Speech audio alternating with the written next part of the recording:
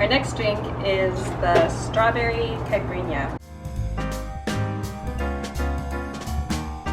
So caipirinha is the national drink of Brazil, and it uses cachaca as its base spirit, and it's a sugarcane based spirit. It's kind of like rum, but a little bit more funky. I think it's delicious.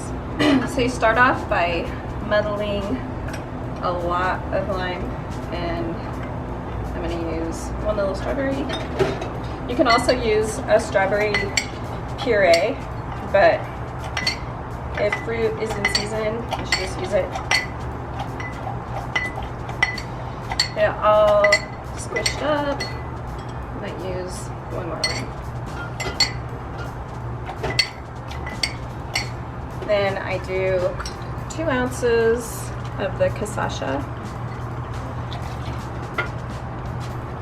I know, about a ½ ounce, maybe a little bit more of simple syrup. You can think of it kind of like a mojito without the mint.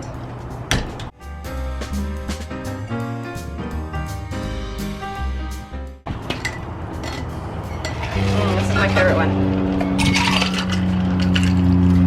You dump it all back in. It's kind of a chunky, messy drink, but delicious. And then you can garnish it with mint again.